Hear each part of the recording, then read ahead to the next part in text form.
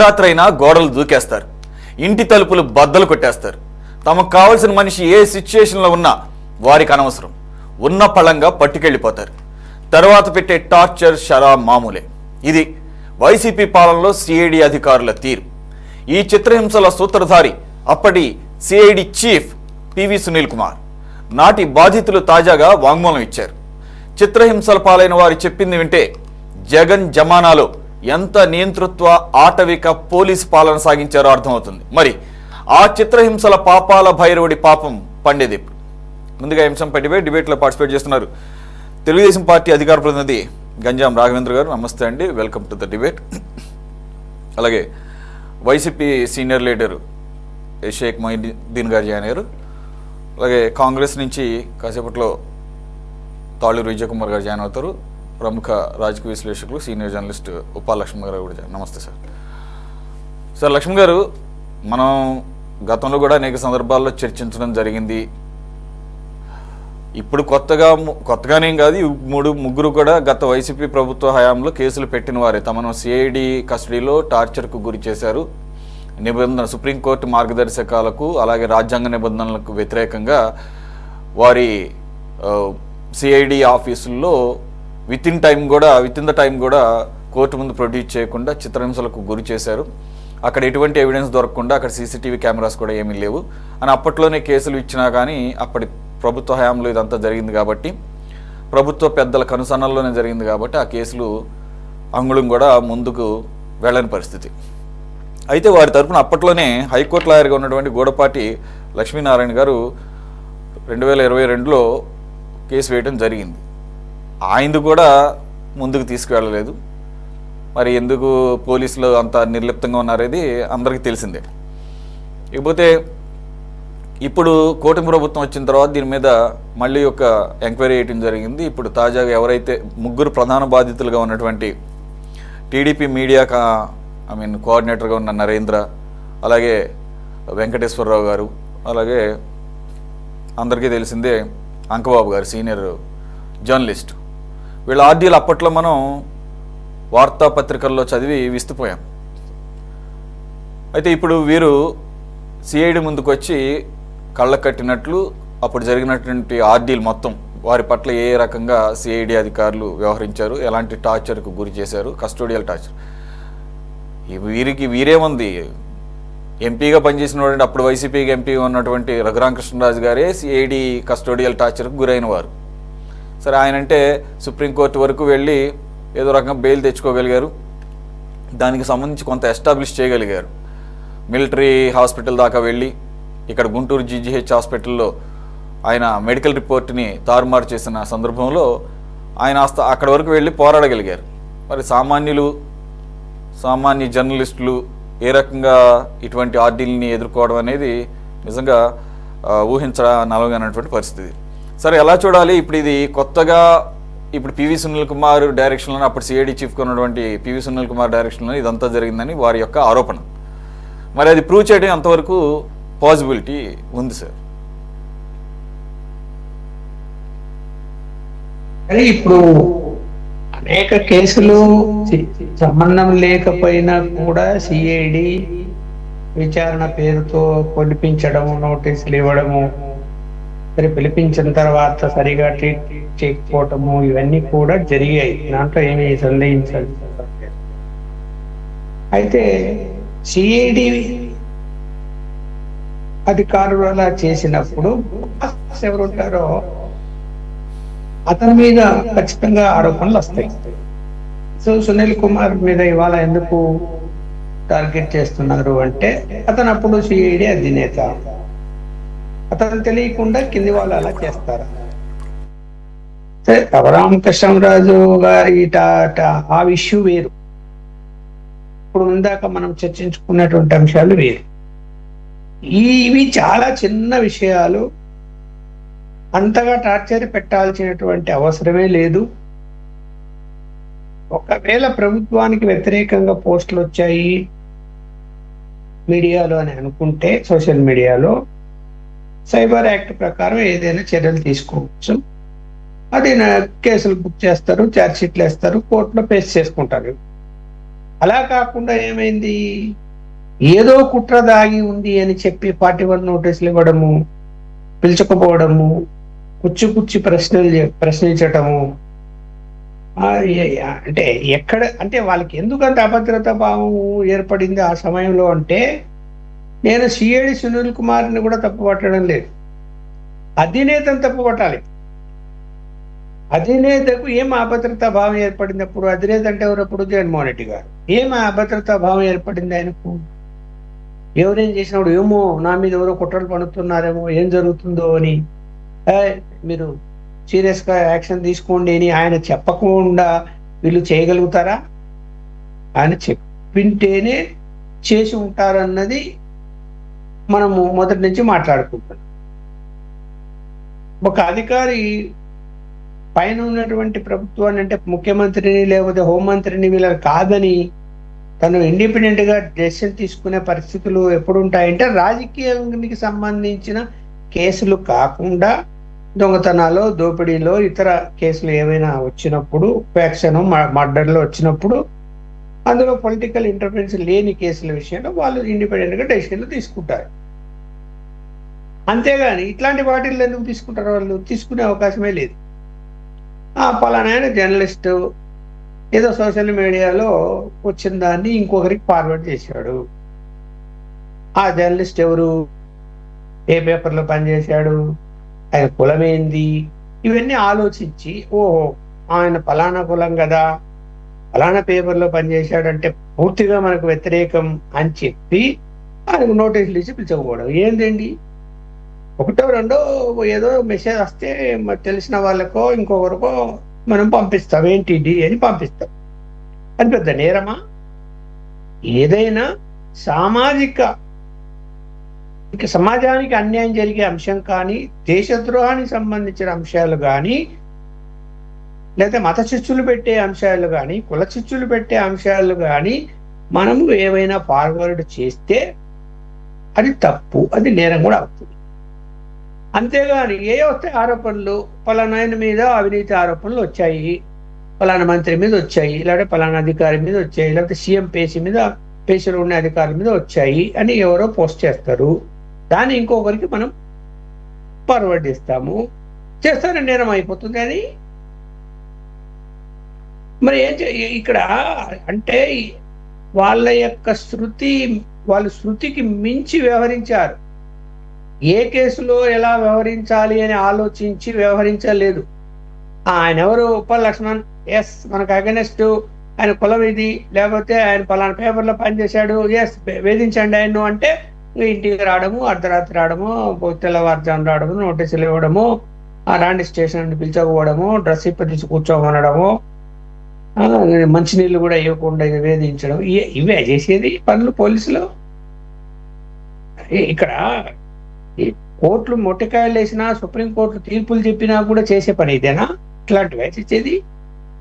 Okay, ఒక murder చేశాడు, ఏదో ఓకే, జగన్మోహన్ రెడ్డి గారి మీద మర్డర్ ప్లాన్ చేశారు, ఎస్ పట్టుకోవాల్సిందే, దుమ్ము దులపాల్సిందే, బయటకు తీయాల్సిందే, ఎవరు వద్దంటారు? ఇది ఏదో వస్తాయి, ఈ సమాజంలో ఎన్నో జరుగుతుంటాయి, ఎంతమందో ఫార్వర్డ్ చేస్తుంటారు, అనేక విషయాలు ఫార్వర్డ్ చేస్తాడు. వానికి ఏదో సమాచారం వస్తుంది, సీఎం పేషలో పలానా అధికారి ఇట్లా అక్రమాలకు పాల్పడుతున్నాడంట అని కొంత సమాచారం వస్తుంది. దాన్ని తయారు చేస్తాడు, ఏదో కథనం తయారు చేస్తాడు, సోషల్ మీడియాలో పెడతాడు. ఇప్పుడు తెలుగుదేశం పరిపాలన వచ్చింది, అంటే కూటమి పరిపాలన, ఇప్పుడు ఆరోపణలు రావడం లేదా? ఇప్పుడు సోషల్ మీడియాలో అలాంటి మూకడం లేదా? అవుతున్నాయి కదా. మరి ఈ ప్రభుత్వం కూడా వెంటబడి కేసులు పెట్టాలనా? వాళ్ళని కేసు తీవ్రత పట్టి చర్యలు తీసుకోవాలి. సిఐడి ఎప్పుడు ఎంటర్ అవుతాయి? What is the meaning by CID?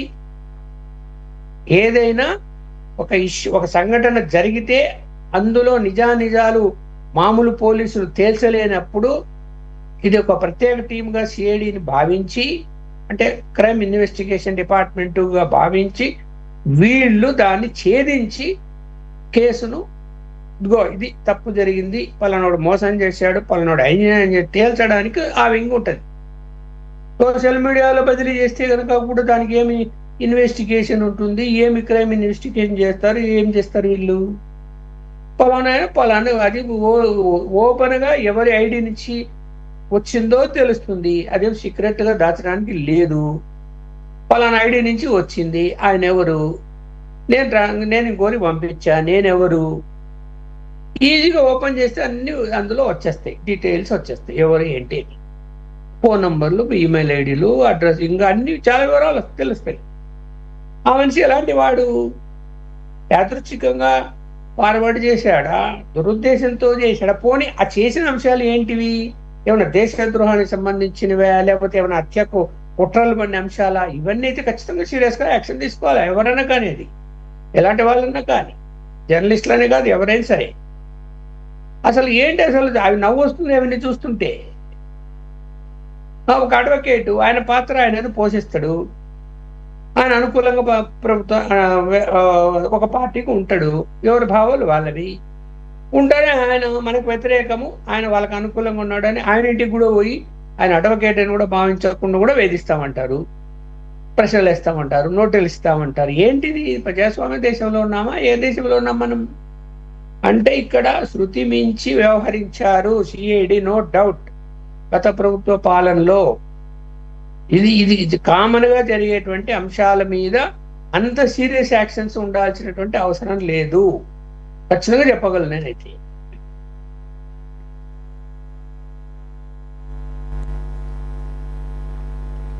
Sir, am I audible? Can you hear me? Yes. Sir Lakshman గారు, మీరు ఓకే? ఐ మీన్ రాఘవేంద్ర గారు, నమస్కారం అండి. ఎస్, ఇప్పుడు పాయింట్ ఏంటంటే పివి సునీల్ కుమార్ గారి మీద ఆరోపణలు ఇప్పుడు కొత్తగా వచ్చిందేం కాదు. ఇప్పుడు ఒక జర్నలిస్టు, సీనియర్ జర్నలిస్ట్ అంకబాబు గారి విషయం మనందరికీ తెలిసిందే. సరే, మీ టీడీపీ సోషల్ మీడియా విభాగాన్ని ఆబ్వియస్గా టార్గెట్ చేస్తారు. జర్నలిస్టులనే టార్గెట్ చేసినప్పుడు వారి ఓన్ వైసీపీ ఎంపీ రఘురామకృష్ణరాజు గారికే లేదు కదా అవకాశం. ఆయనకే ఆయన ఇచ్చిన ఫిర్యాదుని ఇప్పటి వరకు పట్టించుకున్న పాపాను పోలేదు. సరే, ఆయన ఏదో ఇప్పటి వరకు లాక్కొచ్చారు. రెండు కూటమిలో ఇప్పుడు ఆయన భాగస్వామిగా ఉన్నారు, మీ కూటమి ప్రభుత్వం ఉంది కాబట్టి ఏం పెద్ద ఆశ్చర్యపోవాల్సిన అవసరం లేదు.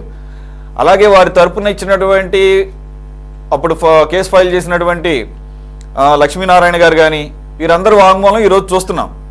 ఇవే మనం కొత్తగా విన్నది కాదు.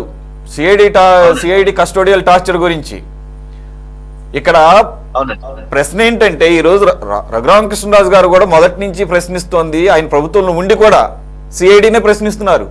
ఇప్పటికీ కూడా దీని అంతటికీ కర్త కర్మ క్రియ అయినటువంటి, అఫ్కోర్స్ పైన ప్రభుత్వ పెద్దలు ఉంటారు, అది వేరే విషయం. కానీ యాక్షన్ ఎవరి ద్వారా జరిగింది? ఇది సిఐడి చీఫ్గా ఉన్నటువంటి, అప్పటి సిఐడి చీఫ్గా ఉన్నటువంటి PV Sunil Kumar. Why there is no action on PV Sunil Kumar till now?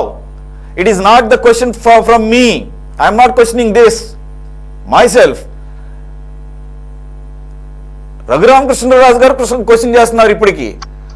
మరి ఆయన ప్రశ్నిస్తేనే ఆయన కేసులోని ఇప్పటి వరకు ఎటువంటి చర్యలు లేవు ఆయన మీద అన్నప్పుడు, ఇప్పుడేదో కొత్తగా ముగ్గురు వచ్చి వాంగ్మూలం ఇచ్చారు. కొత్తగా ఏం కాదు, పాత కేసులే, కొత్తగా వాంగ్మూలం ఇచ్చారు అంతే. ఇచ్చినప్పుడు పివి సునీల్ కుమార్ గారి మీద చర్యలు ఉంటాయని ఏ విధంగా నమ్ముతారు? 100% అండి. యాక్చువల్లీ ఇప్పుడే పెద్దలు మాట్లాడారు ఏంటంటే, ప్రస్తుత గవర్నమెంట్ కి పాత గవర్నమెంట్ 2019 నుంచి 2024 వరకు ఏదైతే గవర్నమెంట్ ఉండిందో ఆ గవర్నమెంట్ కి ఈ గవర్నమెంట్ కి చాలా వ్యత్యాసం ఉంది. వాళ్ళు ఏం చేశారంటే, ఎప్పుడెప్పుడు ఎవడు ఎక్కడ దొరుకుతాడా వాడిని పెరకు రావడం, లోపల వేయడం, ఇదే పనిలో వాళ్ళు పెట్టుకున్నారు. మేము ప్రజెంట్ చట్టాల మీద, వ్యవస్థల మీద మా ప్రభుత్వానికి పూర్తి నమ్మకం ఉంది. ఆ చట్టాలు, వ్యవస్థలు ఏవైతే ఉన్నాయో వాటి యొక్క విధి విధానాలతోటి ఎవరెవరైతే తప్పులు చేశారో, ఎవరెవరైతే ఆంధ్రప్రదేశ్ రాష్ట్ర విధ్వంసానికి కారకులయ్యారో వాళ్ళందరినీ కూడా శిక్షించే దిశగా ఈ ప్రభుత్వం ముందుకెళ్తా ఉంది. ఎందుకంటే ప్రస్తుతం మా ఎన్డీఏ కూటమి సభ్యులు ఎవరైతే ఉన్నారో, నాయకులు ఎవరైతే ఉన్నారో, వీళ్ళందరూ కూడా పూర్తిగా అభివృద్ధి, సంక్షేమం మీద దృష్టి పెట్టారు. దాని ప్రకారం వెళ్తా ఉన్నారు. ప్యారల్ గా వ్యవస్థలన్నీ కూడా ఏ విధంగా ఈ విధమైనటువంటి సిఐడి చీఫ్ ఎవరైతే సునీల్ కుమార్ లాంటి వాళ్ళు ఉన్నారో అటువంటి వాళ్ళు చాలా మంది అధికారులు చాలా మంది ఉన్నారు. వాళ్ళందరూ కూడా చేసిన పాపాల పుట్టంతా కూడా ఈ రోజు బయటకు తీస్తా ఉన్నాం.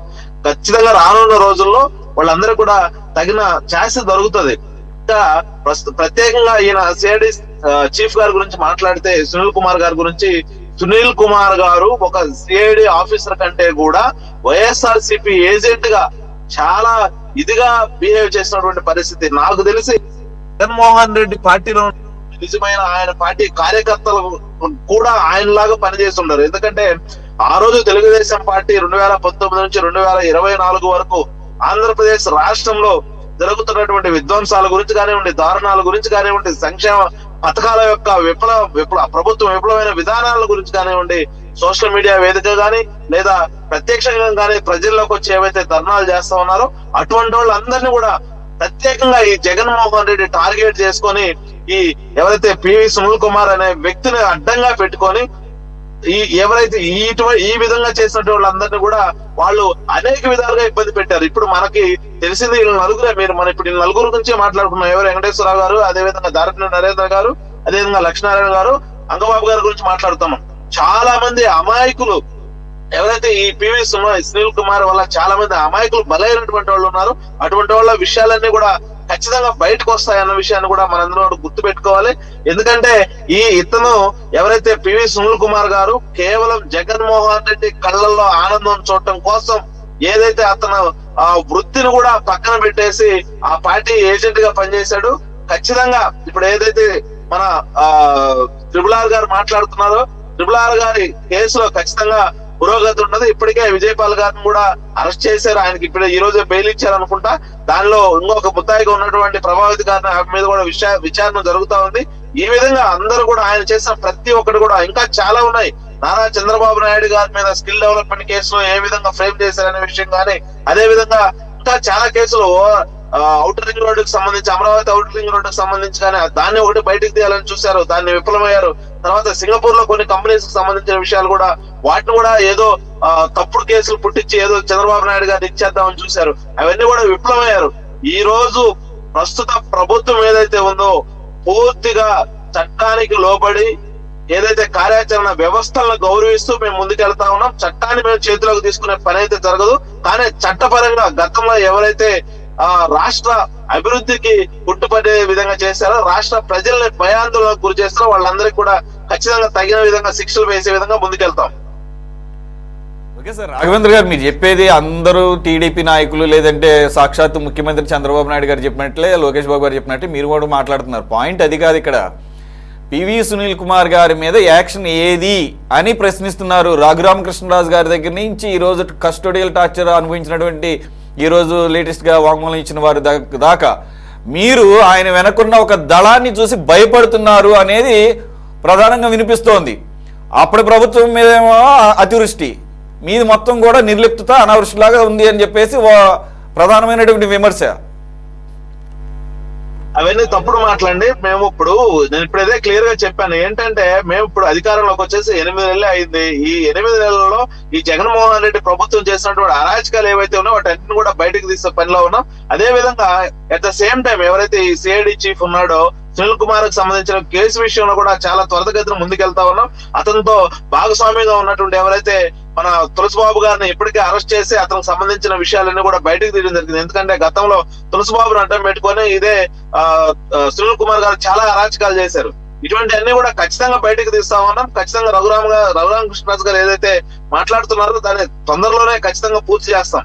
ఇప్పుడు అంటే ఆయన ఏవైతే ఆధారాలతో సహా మేము బయటకు పెట్టడానికి ముందుకెళ్తున్నాం తప్ప ఇది లేట్ అయ్యే విధానం అయితే కాదు.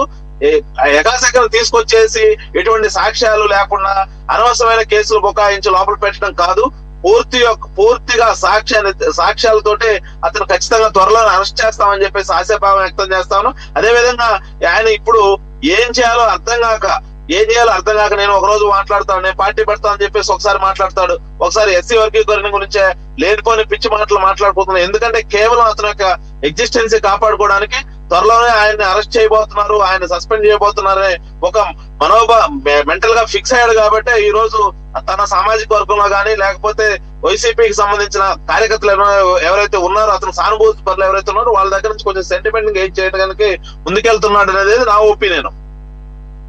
రైట్, విజయ్ కుమార్ గారు sir, can hear me sir? Am I audible? Sir మీ ఆడియో మ్యూట్లో ఉన్నట్టుంది, ఒకసారి చెక్ చేయరా?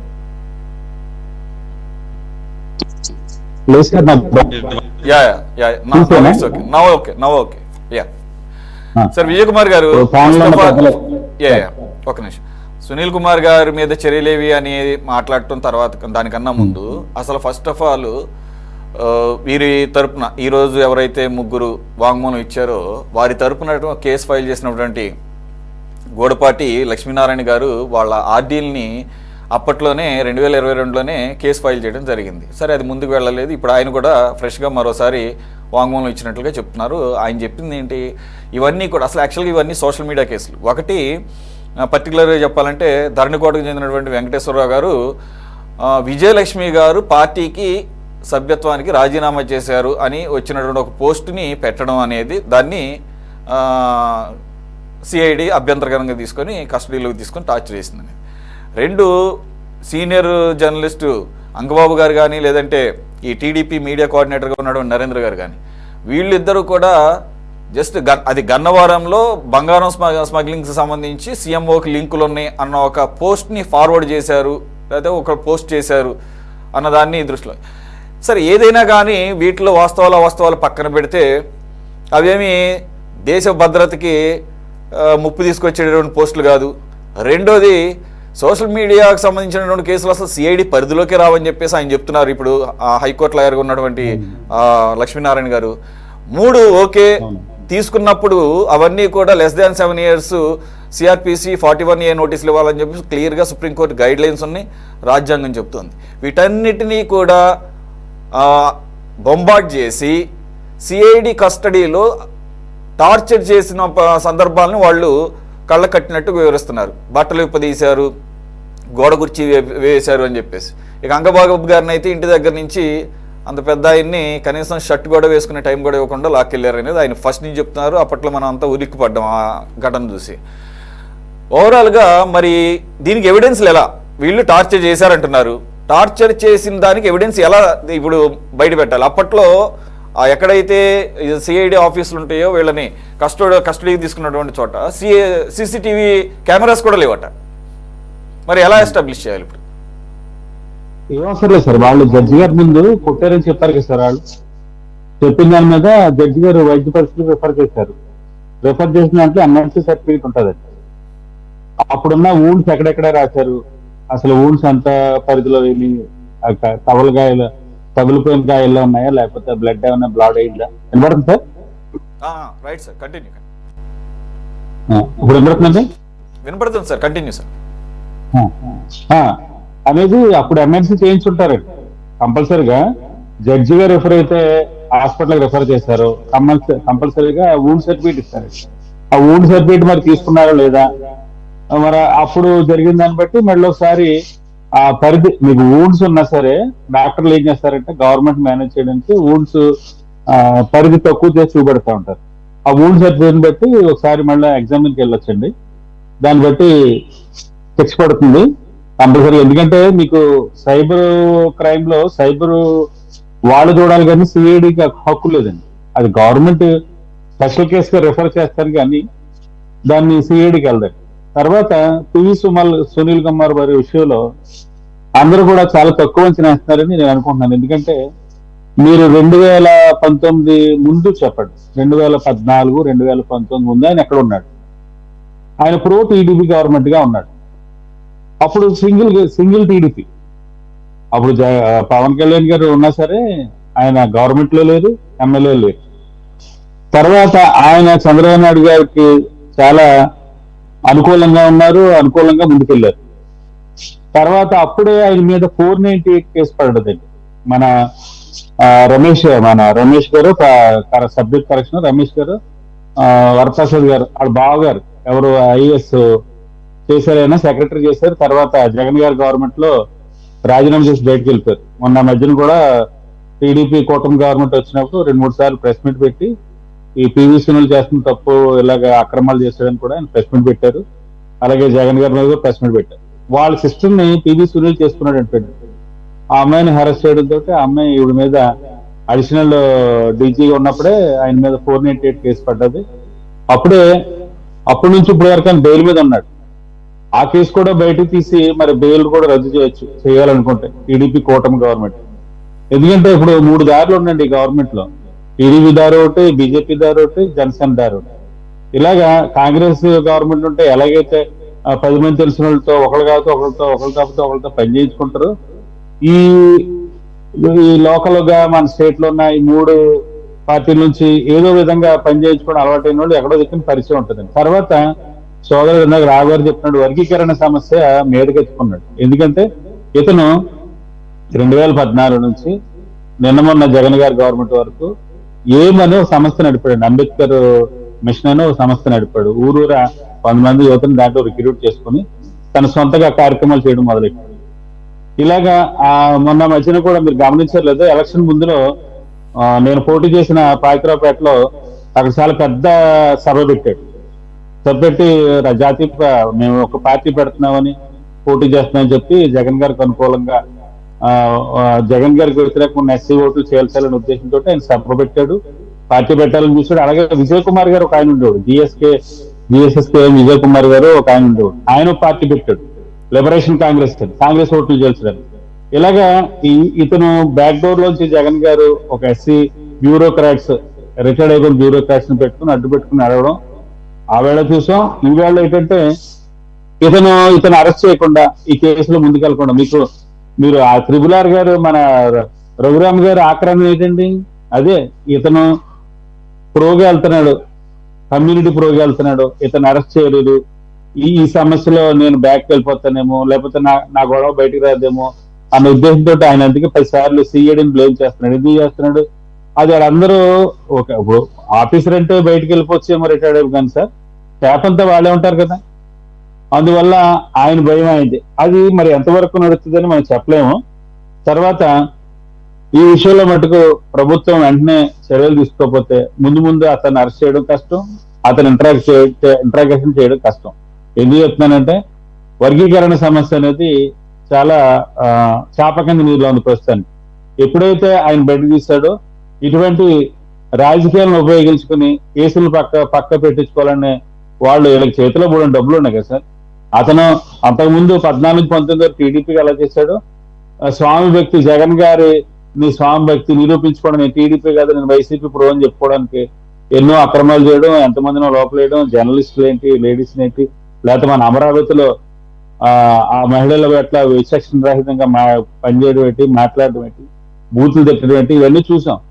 ఎందుకంటే అతను అడ్డు పెట్టుకుని అతను అందరిని బుక్ చేశాడు. జగన్ గారు చెల్లిని బుక్ చేశాడు, శర్మిల గారిని బుక్ చేశాడు, తర్వాత విజయమ్మ గారిని బుక్ చేశాడు, లేకపోతే వైఎస్ వివేకానంద రెడ్డి గారిని బుక్ చేశాడు. ఇలాగా ప్రతి విధంగా కూడా ఆయన చేయడంతో ఇప్పుడు అక్కడ ఏమైందంటే సార్ డిమోరలైజ్ అయిపోతున్నారు. ఇతని మాటను మనం నమ్మలేము.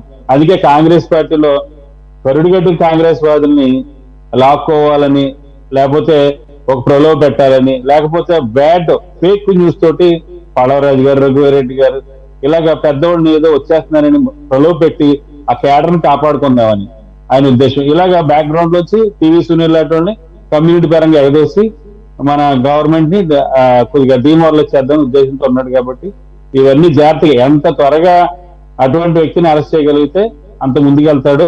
కమ్యూనిటీ కూడా ఏం వాళ్ళ ముందు వాళ్ళ వెనకాల ఉండదు సార్. ఎందుకంటే కొంతమంది యువత కొద్దిగా ఆ మాటలు అగ్రెసివ్ మాటలకి లొంగిపోయి ఈయనేదో మనకి చేస్తాడనుకుంటే అతను కూడా ఏమి ద్వారా ఎవరికి చేసింది ఏమీ లేదు, అలా మభ్యపెట్టి విలేజ్ లో ఉన్న యూత్ ని అట్రాక్ట్ చేశాడు. అది అడ్డు పెట్టుకుని మళ్ళీ ముందుకెళ్లాలని చూస్తున్నాడు. ఈ విషయంలో కూడా త్వరగా శ్రద్ధ తీసుకుంటే అటువంటి వారి పట్ల కొంతమంది అమాయక యువతని కాపాడిన వాళ్ళు అవుతారు, న్యాయాన్ని రక్షించిన వాళ్ళు అవుతారు. త్వరగా ఇమీడియట్ గా ఏవైతే మాటలు చెప్పారో కూటమి ప్రభుత్వం, ముఖ్యంగా పవన్ కళ్యాణ్ గారు కానీ, లేకపోతే మన చంద్రబాబు నాయుడు గారు కానీ, లేకపోతే నారా లోకేష్ గారు కానీ అది త్వరగా చేయగలిగితే ఒక ఫ్రూట్ బయటకు వస్తుంది. లేకపోతే ఇది ఇలా నీరు గారిపోతే అవకాశం ఉంటుంది. తర్వాత ప్రజల్లో కూడా ఇంతేలే గత ప్రభుత్వం ఇంతే, ఈ ప్రభుత్వం ఇప్పటికే కొద్దిగా అలాగా డిమోరలైజ్ అవుతున్నారు. అలా కాకుండా టీడీపీ వారికి మేము గవర్నమెంట్ కి తెలియజేసేది అంటే మీరు త్వరగా ఏదైనా యాక్షన్ తీసుకోగలిగితే ఉన్నాయి కదా ఆధారాలు, అతను కొట్టినట్టు ఉంది, ఆయన రికార్డులు ఉంది. ఆ తర్వాత ఆయన ఢిల్లీలో మిలిటరీ సికింద్రాబాద్ మిలిటరీ హాస్పిటల్లో ఆయన వైద్యం చేయించుకున్నాడు, ఎమ్మెల్సీ సర్టిఫికేట్ తీసుకున్నాడు. ఇంకా టార్చర్ ఏంటుకో నాకు అర్థం కాదు. అంత పెద్ద వ్యక్తిగా జరగకపోతే కామన్ పీపుల్ ఎక్కడ జరుగుతుంది? కామన్ గా జర్నలిస్ట్ గారు ఎక్కడ జరుగుతుంది? లాయర్కి ఎక్కడ జరుగుతుంది? కామన్ గా కార్యకర్తగా ఎక్కడ జరుగుతుంది? కనుక త్వరగా రఘురామరాజు గారి విషయంలో త్వరగా యాక్షన్ తీసుకుంటే ఒక గౌరవం, ఒక మర్యాద ఉంటుంది, భయం కూడా ఉంటుందండి. ప్రభుత్వం చేయగలిగింది అని ఉంటది. కాబట్టి విజ్ఞప్తి చేసేది ఏంటంటే ఇటువంటి వ్యక్తులు కుల ముసుగులో మళ్ళీ బయటకు వస్తున్నారు. అటువంటి వాళ్ళు నిరోధించాలంటే త్వరగా యాక్షన్ తీసుకోవాలని తెలియజేస్తారు. Right sir. లక్ష్మణ్ గారు దీని మీద ఒకసారి సమప్ చేయండి. ఇప్పుడు ఈ మొత్తం రఘురామకృష్ణరాజు గారి కేసు దగ్గర నుంచి, కస్టోడియల్ టార్చర్ కేసు దగ్గర నుంచి, ఎవరైతే ఈ నరేంద్ర కానీ, వెంకటేశ్వరరావు కానీ, లేదంటే అంకబాబు గారు విషయం కానీ, వీరు ముగ్గురు తరపున పిటిషన్ వేసినటువంటి లక్ష్మీనారాయణ గారు, లాయర్ గారు, ఈ వాంగ్మూలాలకు సంబంధించి మొత్తం కూడా ఈ కస్టోడియల్ టార్చర్ కేసులన్నీ కూడా గుంటూరు సిఐడి ఆఫీస్ కేంద్రంగా జరిగిందండి. విజయపాల్ గారు కేంద్రంగా ఉన్నారు. లేటెస్ట్గా కాసేపటి క్రితం ఆయనకి బెయిల్ కూడా మంజూరు చేశారు. వీళ్ళందరూ చెప్పినవి పివి సునీల్ కుమార్ ఆదేశాల మేరకే మా మీద ఈ రకంగా టార్చర్ చేశారు కస్టడీలో నిబంధనలకు విరుద్ధంగా అని చెప్పేసి అంటున్నారు హైకోర్టు లాయర్ గారితో సహా. దాన్ని ప్రూవ్ చేయాలంటే విజయపాల్ గారు లాంటి వాళ్ళు అడ్మిట్ చేయాలి, లేదంటే అప్రూవర్గా మారాలి. మరి ఈరోజు ఆయనకి బెయిల్ కూడా వచ్చింది. ఇప్పుడు మళ్ళీ కొత్త కేసులు కట్టి మళ్ళీ ఆయన్ని ఎంక్వైరీ కస్టడీలోకి తీసుకుంటారా, లేదంటే అసలు వీరిచ్చినటువంటి వాంగ్మూలాన్ని ఎంతవరకు పరిగణలోకి తీసుకునే అవకాశం ఉంటుంది కోర్టు? సంఘటన జరిగిన చాలా కాలం తర్వాత ప్రభుత్వం మారింది, ఈ ప్రభుత్వం మనకు అనుకూలంగా ఉంటుంది కాబట్టి ఇప్పుడు మేము గత ప్రభుత్వంలో మాకు ఇలా జరిగింది, వేధించారు, కొట్టారు, లేకపోతే తిట్టారు అని ఇప్పుడు కేసు ఎస్టాబ్లిష్ చేయటం అంత ఈజీ కాదు. Evidence is more important. సరే, మనం మామూలుగా మాట్లాడుకోవాలంటే పూర్తి సిఐడి వాళ్ళు విచారణ చేసినప్పుడు ఏదైనా కస్టోడియల్ టార్చర్ జరిగి ఉంటే దాని పూర్తి బాధ్యత సునీల్ కుమార్దే. ఎందుకు? ఆయన హెడ్ కాబట్టి. ఆయన ఎందుకు ఆ పని చేశాడు అనుకుంటే జగన్మోహన్ రెడ్డి గారికి లాయల్టీగా ఉండాలి, అంటే విధేయుడుగా ఉండాలి అని చేశాడు అనుకుందాం. ఇవన్నీ మాట్లాడుకోవడానికి, విమర్శలు చేయడానికి పనికొస్తాయి, కానీ కేసులు వరకు వచ్చేసరికి తగిన సాక్ష్యాధారాలు కావు. కోర్టులు అవే చూస్తాయి కదా. చూసినప్పుడు ఏం దొరుకుతాయి? ఇప్పుడు ఆ నలుగురిని విషయం మనం మాట్లాడుకుంటున్నాము. మమ్మల్ని తీసుకెళ్లారు, బట్టలు ఇప్పారు, కూర్చోబెట్టారు, కొట్టారని ఇప్పుడు చెప్పారనుకోండి, దానికి ఎవిడెన్స్ నేను చెప్తానే అయిపోయినా. నువ్వు తెలుగుదేశానికి అనుకూలమైన వ్యక్తివి కాబట్టి ఇప్పుడు ఇలా చెప్తున్నావు. గత ప్రభుత్వం నేను తీసుకెళ్ళింది కాబట్టి ఇప్పుడు వ్యతిరేకంగా చెప్తున్నావు. అప్పుడు ఎందుకు చెప్పలేదు? అప్పుడు కోర్టులో హాజరుపరిచినప్పుడు ఏమైనా స్టేట్మెంట్ ఇచ్చావా? ఇవన్నీ వస్తాయి. అలాగే ఎవరైతే విజయ్ కుమార్ అనే అతను సునీల్ గారు చెప్తే ఈయన చేశాడు అని చెప్పి అని రఘురామకృష్ణరాజు ఆయన మీద పెట్టడము, ఆయనకు బయలు రావడం జరిగింది. సరే, ఆయన రఘురామకృష్ణరాజు డిఫరెంట్, అది పక్కన పెడతారు. ఈ విజయ్ కుమార్ అని ఆయన వేధించాడు అని అన్నారు కూడా అనుకోండి. ప్రత్యేకించి ఏ విధంగా కేసులు ఇప్పుడు ఎస్టాబ్లిష్ చేయగలుగుతారు? ఒక ఆరోపణ చేస్తానే దాని మీద ఎఫ్ఐఆర్ కట్టొచ్చు. ఎందుకంటే సుప్రీంకోర్టు గైడ్ లైన్స్ ఎవరు ఈ పౌరుడు వచ్చి నీకు నా మీద ఈ అన్యాయం, నాకు అన్యాయం జరిగింది అని 4 ముక్కలు రాసిస్తే నువ్వు ముందు ఎఫ్ఐఆర్ కట్టు అంటారు. కడతారు. ఇన్వెస్టిగేషన్ స్టార్ట్ అవుతుంది. సాక్ష్యాలు ఇప్పుడు అందులో. సరే, మీరు అన్నట్టు ఆ విజయ్ కుమార్ అని ఆయన ఏమన్నా సాక్షిగా మారుతాడా? ఎందుకు మారుతారు వాళ్ళు పోలీసులు? విజయపాల్ గారు దేనికి మారుతాడు? ఏదైనా పెద్ద అవినీతి కుంభకోణం జరిగి విజయ్ కుమార్ గారు అంటే మళ్ళీ మన గెస్ట్ అవుతారు. తన పాత్ర లేకపోతే అరే నా మీదకి వస్తుంది ఇది అని చెప్పి భయపడి ఏమన్నా అప్రూవల్ గా మారుతాడేమో గాని ఈ టార్చర్ కేసుల్లో అప్రూవల్ గా దేనికి మారుతాడు? అవునండి, సునీల్ గారు జగన్మోహన్ రెడ్డి గారు డైరెక్షన్ ఇచ్చారు, సునీల్ కుమార్ గారు కొట్టమన్నారు, నేను కొట్టాను అంటాడా? అంటే సునీల్ కుమార్ కొట్టమంటే నువ్వు కొట్టావా? అంటే ముందు కేసు ఆయన మీదకి వస్తుంది కదా, తప్ప ఆయన మీదకి వస్తుంది కదా. పై అధికారి కొట్టమంటే కొట్టాడా? ఎక్కడుంది రూల్ అట్లా కొట్టమని? కాబట్టి అట్లా అప్రూవ్ గా మారేటువంటి అవకాశాలే ఉండవు ఇందులో. ఎవరన్నా పబ్లిక్ అయితే అప్రూవ్ గా మారుతారేమో కానీ పోలీసు ఆఫీసర్లు మారుతారని నేనైతే అనుకోవటం లేదు. మేము అసలు చేయలేదంటారు వాళ్ళు. చేసినట్టు ఆధారం కావాలి. మీరు అన్నట్టు సీసీ కెమెరాలు లేవు, ఇంకో మనిషి లోపల లేడు. లోపల ఏం చేశారో వాళ్ళిద్దరికి తప్ప, ఆ లోపల ఉన్న పోలీసులు ఆ వెళ్ళిన వ్యక్తికి తప్ప మీకు మూడో వాళ్ళకి తెలిసే అవకాశం లేదు. ఓకే, ఒకవేళ ఎవరైనా కానిస్టేబుల్ ఇప్పుడు దయదరిచి నేనున్నాను, నా ముందర ఇలా జరిగిందని చెప్పడానికి ముందుకు వచ్చాడు అనుకుందాం. ఆయన దగ్గరైనా ఎవిడెన్స్ కావాలి కదా, ఆడు చెప్తారు అయిపోతుందా? ఇప్పుడేమో ప్రభుత్వం అనుకూలంగా పోలీసు వాళ్ళు వ్యవహరిస్తారు. ఇప్పుడు కూడా అరే నువ్వు విట్నెస్ గా మారరా అంటే ఒక కానిస్టేబుల్ ఇద్దరు వచ్చేసి విట్నెస్ గా మారిపోయి గత ప్రభుత్వంలో కొట్టారు ఉప్పల్ లక్ష్మణ్, మేము లోపల ఉన్నాము, మమ్మల్ని కొట్టమన్నాడు సునీల్ గారు, మమ్మల్ని కొట్టమన్నాడు విజయ్ కుమార్, మేము కొట్టామని చెప్తారా? చెప్పలేరు, సాధ్యం కాదు అది. ఎవరంటే థర్డ్ పార్టీ రావాలి, అక్కడ థర్డ్ పార్టీ విట్నెస్ రావాలి. ఆ థర్డ్ పార్టీ విట్నెస్ ఎక్కడుంది? అక్కడ అవకాశమే లేదు, నో ఛాన్స్. ఎందుకు తీసుకెళ్ళి స్టేషన్ అనేది వస్తుంది అనుకో, 41 నోటీస్ ఇచ్చాము, పిలిచికెళ్ళాము విచారణకు, కూర్చోబెట్టాము, బాగా కాఫీ ఇచ్చాము, టీ ఇచ్చాము, నీళ్ళు ఇచ్చాము, టిఫిన్ పెట్టాము, క్వశ్చన్లు అడిగాము, జవాబు చెప్పారు, సంతకం పెట్టించుకున్నాము, పంపించినాము అంట. ఓకే లక్ష్మణ్ గారు, అయితే ఇక్కడ సమస్య ఏంటంటే 41A నోటీసులు కూడా ఇవ్వలేదు అని చెప్పేసి కదా సమస్య. అలాగే అప్పట్లో ఇదేం కొత్తగా ఈ రోజు వచ్చినటువంటి ఆరోపణ కాదు, కేసు కాదు, వాంగ్మూలం కాదు. మనతో జాయిన్ అయ్యారు వైసీపీ సీనియర్ లీడర్ షేక్ మొయినుద్దీన్ గారు. మొయినుద్దీన్ గారు నమస్తే అండి. నమస్కారం సార్. సార్, ఒకటి కోర్టులు సాక్ష్యాలు రేపు తేల్తయ్యా లేదా, ప్రూవ్ చేస్తారా లేదా, శిక్ష పడుతుందా లేదా, ఇవన్నీ కాసేపు పక్కన పెడతాం. మనం కాసేపు మానవతా దృక్పథంతో మాట్లాడుకుందాం, హ్యూమన్ యాంగిల్లో.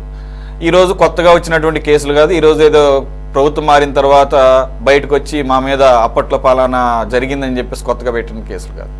For example senior journalist Ankababu గారి విషయం చూసుకున్నా సరే, మిగిలిన అంటే కొంత టీడీపీ సానుభూతి పరులు, టీడీపీ కార్యకర్తలు వాళ్ళు అత్యుత్సాహం ప్రదర్శించారు అనే ఒక కోణం. అలా కూడా చేయకూడదు, దేనికైనా డిగ్రీ ఆఫ్ క్రైమ్ అనేది ఉంటుంది, ఏ స్థాయి క్రైమ్ చేశారనేది. జస్ట్ సోషల్ మీడియా పోస్టులు ఇవన్నీ కూడా అసలు సోషల్ మీడియాకి సంబంధించినటువంటి కేసులు సిఐడి పరిధిలోకి రావు. రానప్పుడు సిఐడి దాన్ని హ్యాండిల్ చేసిన విధానం కూడా టోటల్గా బ్రూటల్గా ఉంది. సిఐడి కస్టడీలోకి తీసుకుని అసలు పోలీసులే కస్టడీలో తీసుకుని ఎటువంటి హ్యాండ్లింగ్ చేయకూడదు. ఒకవేళ అరెస్ట్ చూపించినా 24 గంటల ముందు మేజిస్ట్రేట్ ముందు ప్రవేశపెట్టాలి, లేదంటే కోర్టులో ప్రవేశపెట్టాలి. ఇన్ని గైడ్ లైన్స్ ఉన్నాయి కదా, సుప్రీంకోర్టు గైడ్ లైన్స్, మన రాజ్యాంగం చెప్పిన నిబంధనలన్నీ పాతరేసి సాక్ష్యాలు దొరకలే అన్న ఒక ధీమాతో పవర్ ఉంది కదా అని చెప్పేసి లా అండ్ ఆర్డర్ని ఇంప్లిమెంట్ చేయాల్సిన వాళ్ళే లా అండ్ ఆర్డర్ను ఉల్లంఘిస్తే ఎవరికి చెప్పుకోవాలి? 2022 హయాంలో జరిగినటువంటి కేసులు ఇవన్నీ కూడా ప్రభుత్వం మందే కదా, ఇది మన ఇష్టం కదా అని చెప్పేసి ముందుకు తీసుకెళ్ళినటువంటి పరిస్థితి. ఇప్పుడు వాళ్ళ తరపున అప్పట్లోనే హైకోర్టు లాయర్గా ఉన్నటువంటి లక్ష్మీనారాయణ గారు అప్పట్లోనే కేసు పెట్టారు. ఇప్పుడు ఆయన కూడా వాంగ్మూలం ఇచ్చారు. ఇవన్నీ కాసేపు మర్చిపోదాం సార్. మీ పార్టీ తరపున అప్పుడు ఉన్నటువంటి ఎంపీ గారు రఘురామకృష్ణరాజు గారి ఆర్డీలు మనం చూసాము. అది కూడా ఏం జరగలేదని చెప్పలేం కదా, అంటానికి లేదు కదా. ఆయన సుప్రీంకోర్టు దాకా వెళ్ళి సికింద్రాబాద్ ఆర్మీ హాస్పిటల్లో మెడికల్ రిపోర్ట్ తెచ్చుకుంటే ఆయన మీద కస్టడీలో టార్చర్ జరిగిందని చెప్పేసి నిర్ధారణ అయింది. సో నేను పివి సునీల్ కుమార్ గారి మీద ఆయన చేశాడు, లేకపోతే ప్రభుత్వ పెద్దలు చెప్పారు, అక్కడ దాకా కూడా వెళ్ళను. యాజ్ మీరు వైసీపీ లీడర్గా కానీ అవ్వచ్చు, లేదంటే ఒక కామన్ మ్యాన్ కావచ్చు, ఒక హ్యూమన్ బీయింగ్గా do you support all these activities whether it's been done by YCP government or the current alliance government? Good question sir, చాలా మంచి ప్రశ్న వేశారు మీరు. ఇక్కడ ముఖ్యంగా దానికి పక్కగా జరిగే ఒక్క మాట చెప్పదలుచుకున్నా సార్. ఈ విషయం సిఐడి ఇక ఆనాటి ముఖ్యమంత్రి జగన్మోహన్ రెడ్డి గారికి సిఐడి చీఫ్ కు వేరే పనే లేదు ఇక రాష్ట్రంలో, కేవలం ఈ ఇద్దరు కోసం పనిచేస్తుంది ప్రభుత్వం. ఇంతకంటే బాధాకరమైన విషయం ఇంకొకటి సార్. వీళ్ళు మాట్లాడే మాటలు ఏ విధంగా ఉందంటే బోడిగుండుకు మోకాలకు ముడియేస్తా ఉంటారు. ఇది ఎంతవరకు న్యాయమని అడుగుతున్నా నేను ఇక్కడ ముఖ్యంగా ఈ క్వశ్చన్ కు సరి అయిన సమాధానం చెప్పాలంటే నిన్నటి తిరుపతిలో జరిగిన సంఘటన క్లారిటీగా దీనికోసం బాగా అతుక్కుంటా సార్, మ్యాచ్ అవుతుంది బాగా. ఏ విధంగా అంటే మనకు మన చరిత్రలో భారతదేశ చరిత్రలో ఒక సైబర్ క్రైమ్ ను ఎప్పుడో 2021 జరిగిన సంఘటనను లక్ష్మిని అమ్మాయి కిరణ్ రాయల్ పైన కేసు వేసిన అమ్మాయి, ఆ అమ్మాయి ఎప్పుడో కేసును ఈ రోజు బయటికి తీసుకువచ్చి రాజస్థాన్ నుండి పోలీసులు వితౌట్ పాస్పోర్ట్ తిరుపతికి వచ్చి ఆ అమ్మాయిని అరెస్ట్ చేసి కారులోకి నెట్టుతా ఉంటే చూసే వాళ్ళకి బాధ కలుగుతుంది సార్. మీరు చెప్పండి, అది జరిగిందా, ఆ పరిస్థితులు ఏంటి, దాన్ని పక్కన పెడితే ఈ రోజు మన కళ్ళెదురు జరిగేదానికి ఈ కూటమి ప్రభుత్వం బాధ్యత వహిస్తుందా లేదా, ఈ ముఖ్యమంత్రి బాధ్యత వహిస్తారా లేదా, ఈ హోంమంత్రి బాధ్యత వహిస్తారా లేదా, ఈ డిప్యూటీ సీఎం బాధ్యత వహిస్తారా? మొయినుద్దీన్ గారు మీరు దేన్ని రిలేట్ చేస్తున్నారు? దానికి దీనికి సంబంధం రాజస్థాన్ నుంచి పోలీసులు ఇక్కడ రాజస్థాన్ పోలీసులు ఇక్కడ రావడానికి పాస్పోర్ట్ ఏం అవసరం లేదు. ఇక్కడ పోలీసులతో వాళ్ళు మాట్లాడుకుంటారు, దానికి సంబంధించి పర్మిషన్ తీసుకుంటారు, ట్రాన్సిట్ వారెంట్ తీసుకుంటారు, పాస్పోర్ట్ లో అవసరం లేదు. మన దేశంలో ఎవరైనా కూడా ఎక్కడ ఒక నిమిషం ఆగండి సార్. రాజస్థాన్ పోలీసులు వాళ్ళు దగ్గరున్న ఎవిడెన్స్ తో ఆవిడ మోసం చేసిందనే ఒక కేసుకు సంబంధించి ఆవిడ అబ్స్కాండింగ్ గా ఉండి అండర్ గ్రౌండ్ లో ఉన్న పరిస్థితుల్లో కిరణ్ రాయల్ మీద ఎక్యూజ్ చేస్తూ మీడియా ముందుకు వచ్చినప్పుడు వాళ్ళు అక్కడ చూసి ఎప్పటి నుంచో వెతుకుతున్నా ఈవిడ దొరికిందని వచ్చి పట్టుకెళ్లారు. దానికి దీనికి సంబంధం, మీరు దీన్ని ఎలా రిలేట్ చేస్తారు? నేను సైబర్ క్రైమే సార్, ఇది కూడా సైబర్ క్రైమ్. అంటే ఫ్లైట్ లో వచ్చి అరెస్ట్ చేస్తారా? ఎంతో మంది ఈ రోజు తినేసి ఎన్నో క్రైమ్లు చేసి కూర్చున్న వాళ్ళు అరెస్ట్ చేయలేదు. సైబర్ క్రైమ్ అని రాజస్థాన్ ఫ్లైట్ లో వచ్చి అరెస్ట్ చేస్తుంటే అంతకంటే దౌర్భాగ్యం ఉంటుంది సార్, అంతకంటే దౌర్భాగ్యం ఉంటుందా? దాని గురించి వీళ్ళు మాట్లాడరు. ఏదో జరిగింది. ఆ రోజు ముఖ్యమంత్రి జగన్మోహన్ రెడ్డి గారికి సిఐడి చీఫ్ కు సునీల్ కుమార్ గారికి ఇదే వేరే పని లేదు. వీళ్ళే దొరికారా?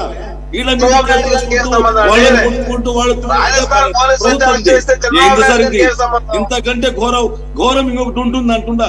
ఈ రోజు మన కళ్ళెదు చూస్తున్నాం సార్. ఈ రోజు మీకు తెలుసు, మీరు జర్నలిస్ట్, సీనియర్ నాయకులు, మీరు సీనియర్ జర్నలిస్ట్, మీకు తెలుసు ఏం జరుగుతుంది ఇక్కడ. సోషల్ ఈ రోజు ఫేస్బుక్ లో పెట్టారని, వాట్సాప్ లో పెట్టారని, ట్విట్టర్ లో పెట్టారని తీసి ఇళ్లలో దూరి కొట్టి చిత్రహింసలు ఈ రోజు చేస్తున్నారు సార్. ఆ రోజు చేసిండో లేదో ఎవరికి తెలియదు, మీరు చూడలే, మేము చూడలే. వాళ్ళ కేసును బట్టి ఆధారం 2022 కేసు అది. చూడబోవడం ఏంటి? కాదు, అంకబాబు గారి మీద కేసు చూడలేదా? నేను చెప్పలేదు సార్. రఘురామకృష్ణ ఇవన్నీ వద్దండి. రఘురామకృష్ణరాజు గారి మీద కస్టోడియల్ టార్చర్ జరిగినప్పుడు ఆయన ఎవరి ఎంపీ, ఏ పార్టీలో ఉన్నారు? నాకు ఆన్సర్ చేయండి సార్ ప్లీజ్. నేను అడిగిన దానికి ఆన్సర్ చేయండి సార్. రఘురామకృష్ణరాజు గారు ఏ పార్టీ ఎంపీగా ఉన్నారు, ఏ పార్టీలో ఉన్నారు అప్పట్లో? సార్ వైఎస్ఆర్సీపీ వ్యతిరేకంగా మాట్లాడుతున్న వ్యక్తి సార్. ఒక నిమిషం వైఎస్ఆర్సీపీకి వ్యతిరేకంగా ఒక నిమిషం సార్. ఓకే వైఎస్ఆర్సీపీ పార్టీకి వ్యతిరేకంగా మాట్లాడిన దానికి రాజద్రోహం ఎలా అవుతుంది? పార్టీకి వ్యతిరేకంగా మాట్లాడితే సార్ అతని మాట్లాడిన మాటలు, అతను చేసిన పరిస్థితులు, అతను వైఎస్ఆర్సీపీ పార్టీలో ఉంటూ ఒక చంద్రబాబు నాయుడు తప్పులు జరిగితే మాట్లాడకూడదా? అదే మీ విధానమా? పార్టీలో తప్పులు జరిగితే మాట్లాడకూడదు అనే ఒక విధానం వైసీపీలో పెట్టుకున్నారా?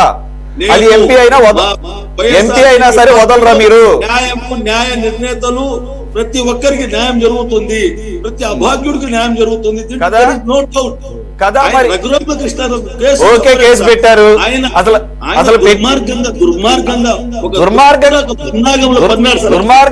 దుర్మార్గంగా పార్టీలో ఉన్నటువంటి వాటిని ఆయన ప్రశ్నిస్తే రాజద్రోహం పెట్టడాన్ని దుర్మార్గం అంటారు. రెండు ఒక నిమిషం పెట్టారు పోండి. దానికి ఒక ప్రొసీజర్ ఉంటుంది కదా. సిఐడి అరెస్ట్ చేసి ఆయన్ని కస్టోడియల్ టార్చర్ చేశారు, ఆయన ప్రూవ్ చేశాడు కదా పబ్లిక్ ముందు. సార్ దుర్మార్గం అనేది వైఎస్ఆర్సీపీ పార్టీలో జగన్మోహన్ రెడ్డి గారి బ్లడ్ లో లేదు సార్. ఆయన ప్రతి ఒక్కరి న్యాయం కోసం పోరాటం చేసే వ్యక్తి జగన్మోహన్ రెడ్డి గారు. ఈ రోజు దుర్మార్గ కూటమి చేస్తున్నది ఈ రోజు దుర్మార్గం సార్. మీరు చూస్తున్నారు మాచర్లలో, గుంటూరులో, వైజాగ్ లో, కాకినాడలో, తిరుపతిలో, అనంతపురం ఒక్క చోట సార్. ఎక్కడ చూసినా దుర్మార్గాలు. వాళ్ళిద్దరిని పోయి గోల్డ్ స్మగ్లర్డ్ చెప్పారని అమ్మగారి విజయలక్ష్మి గారిని ఐదో చెప్పా అంటే ఈ విధంగా కేసులు పెట్టి ఇది వేరే పని లేదా ముఖ్యమంత్రికి ఒక సిఐడి చీఫ్ కి వీళ్ళిద్దరు ఏం గుర్తు చేస్తా ఉంటారా? అదే సార్, అదే ఇక్కడ ప్రశ్న కూడా అదే. సిఐడికి వేరే పని లేదా? సోషల్ మీడియాలో విజయలక్ష్మి గారు రాజీనామా చేశారన్న దాన్ని సోషల్ మీడియాలో పెడితే వచ్చి అరెస్ట్ చేయటం, లేదంటే గన్నవరంలో గోల్డ్ స్మగ్లింగ్ జరుగుతున్న దానికి సీఎంఓకి లింక్ ఉందని చెప్పేసి వచ్చిన వార్తను ఫార్వర్డ్ చేస్తే సిఐడికి వేరే పని లేదా? ఈ కేసులేనా అంటున్నా, సోషల్ మీడియా కేసులా? ఈ రోజు చెప్తున్నాను చూడండి సార్, ఈ రోజు చెప్తున్నాను sir, same as it is Tirupati to ఇప్పుడు సిఐడి కేసు, ఈ రెండు సేమే sir. There is no doubt, ఈ రెండు ఒకటే. ఈ ఒక కాడికి రెండు ఎత్తులు, ఈ రెండు. దీని గురించి మీరు వేరే విధంగా ఆలోచించిన అవసరమే లేదు. ఎందుకంటే ఈ రోజు ఈ కూటమి దగ్గర వేరే సమాధానం చెప్పేదాన్ని ప్రజలకు ఏదో ఒకటి తీసుకురావాలా, ఒక కేసు నిలబెట్టాలా, ప్రచారం చేసుకోవాలా, ప్రజల ముందు తీసుకుపోవాలా. జగన్మోహన్ రెడ్డి అన్యాయము దుర్మార్గుడు అని చెప్పి ప్రజలకు చెప్పాలా. మీ ఒపీనియన్ ని మేము కాంట్రడిక్ట్ చేయలేము. అది వ్యూయర్స్ కి వదిలేస్తున్నాను నేను. Okay, they will decide and they will think about the I mean analogy or the relation what you are comparing with. Right, మరో అంశంలోకి వెళదాం. మార్గదర్శి నిధుల సేకరణ వ్యవహారం మరోసారి తెరపైకి వచ్చింది. అయితే అందులో కొత్త మ్యాటర్ ఏం లేదు. వైసీపీ ఎప్పుడు చేసే ఆరోపణలనే ఆ పార్టీ ఎంపీ మిథున్ రెడ్డి లోక్సభలో ప్రస్తావించారు. దీనికి కూడా కారణం ఉందంటున్నారు టీడీపీ ఎంపీలు. ఇటీవల పెద్దిరెడ్డి కుటుంబ అటవీ భూముల ఆక్రమణను ఈనాడు మీడియా బయట పెట్టడమే అని చెప్తున్నారు. వైసీపీ పాలనలో మార్గదర్శి అంశాలపై నోరు పెగల్చని మిథున్ రెడ్డి ఇప్పుడు ఎందుకు మాట్లాడుతున్నారని ప్రశ్నిస్తున్నారు. డిపాజిటర్స్కు మార్గదర్శి డబ్బులు ఇవ్వకపోతే వైసీపీ అధికారంలో ఉన్నప్పుడు ఏం చేశారని టీడీపీ ఎంపీలు నిలదీశారు. ఇంతకీ పెద్దిరెడ్డి భూ కబ్జా కథనాల వల్లే మిథున్ రెడ్డి మార్గదర్శిని టార్గెట్ చేశారా?